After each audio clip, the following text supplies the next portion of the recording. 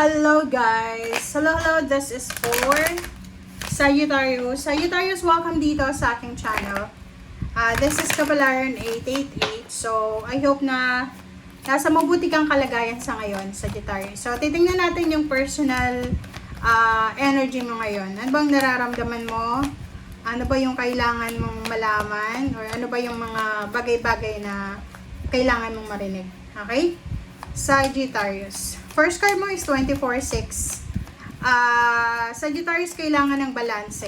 Okay? Balance ang kailangan mo dito. Diba? Nako.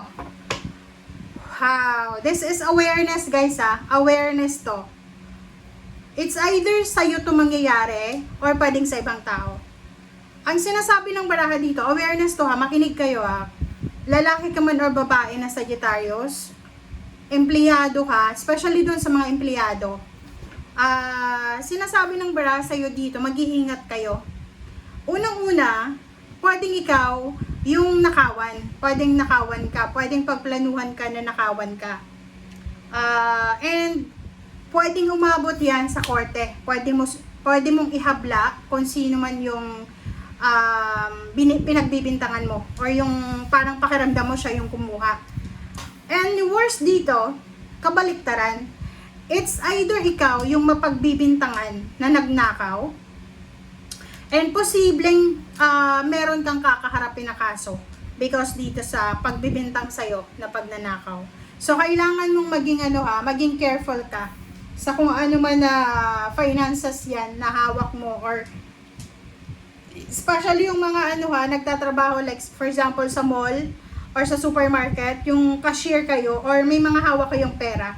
Kasi possible na mapagbintangan kayo. Pwedeng iba yung nagnakaw, tapos kayo yung mapagbibintangan na nagnakaw ng pera. Okay? So, yun.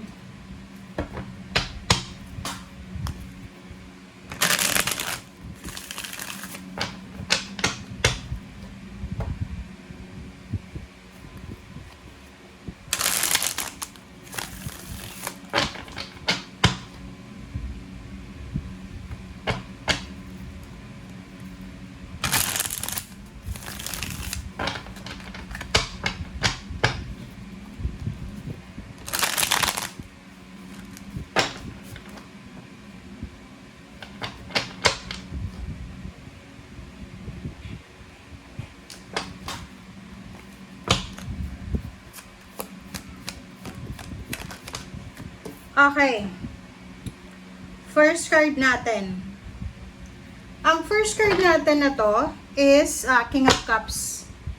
Ang sabi ng baraha sa'yo dito, Sagittarius, na whatever man, ano man ang mangyari sa paligid mo sa ngayon, sa situation mo sa ngayon, kailangan mong kumalma. Eto yun, kalma. Kailangan nating kumalma. Huwag tayong magpadalos-dalos. Huwag kang magpadalos-dalos. Huwag kang masyadong aggressive ba? Huwag kang masyadong anong tawag doon? Magagalitin ba? Kasi pwede kang makahanap talaga ng gulo.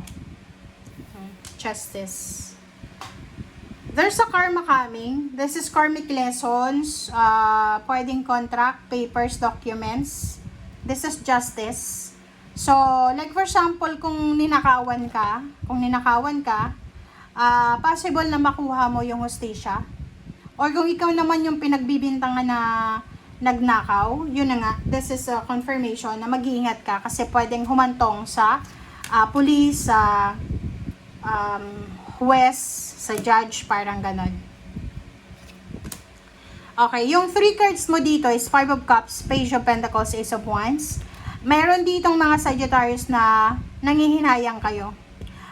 Etong 5 of Cups na to, this is full of regrets.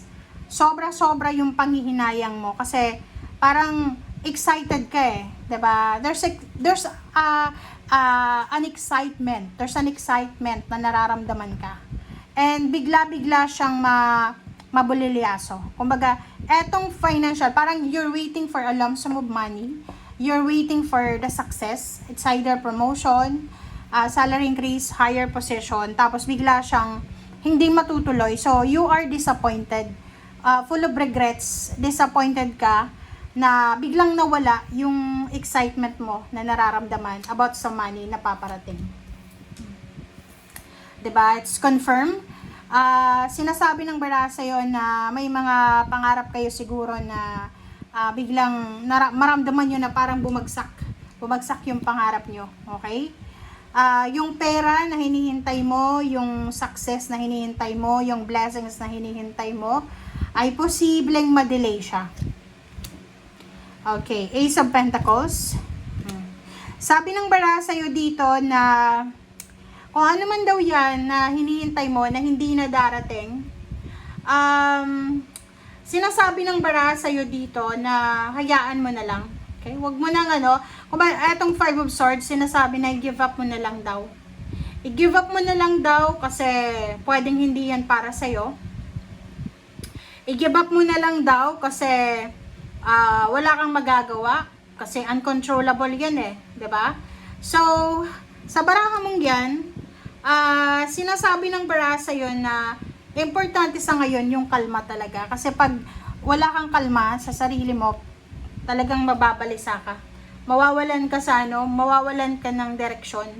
Parang yon, lahat ng pangarap mo pwedeng mawala. Lahat ng gusto mong mangyari ay pwedeng mawala. Kasi pag balisa yung tao, pag confuse yung tao, walang naiisip na maganda. Okay? So, dito sa baraha mo, sinasabi ng baraha sa'yo na kalma lang. Okay? Kumalma ka. Huwag kang magpadalos-dalos. And then, kailangan eyes to the ball. Parang ganun yung sinasabi ng baraha. Okay? And, diba? Six of Wands. Ang last message mo dito ay Six of Wands. So, yung Six of Wands mo is sinasabi ng baraha sa'yo na huwag kang mag-alala. Okay? You don't need to worry. Okay? Kasi, ang barahang yan ay nagsasabi sa'yo na lahat daw ng pag-aalala mo, lahat ng nangyayari sa'yo sa ngayon, negative man yan or positive, lahat yan matatapos, okay? Matatapos lahat ng pagsubok, matatapos. Kahit yung mga sinasabi ng mga barahang to, na mga pwedeng pagbintangan ka, or ikaw yung nanakawan, pwedeng pwedeng ma-resolve yan, okay? Sa tamang paraan, and then sa tamang panahon. So, overall, kasi nandito sa ilalim mo is Queen of Cups, sinasabi ng baraha, plus the King of Cups is the first card, na kailangan mo talagang kumalma. Pagod ka, diba? Pagod na pagod ka, pero nandito yung Death card. Sabi ng Death card sa'yo na everything happens for a reason. So, may rason kung bakit nangyayari to. So, wag kang mawala ng pag-asa. Ipaglaban mo kung ano yung karapatan mo, and wag kang susuko. Okay? Thank you. Bye!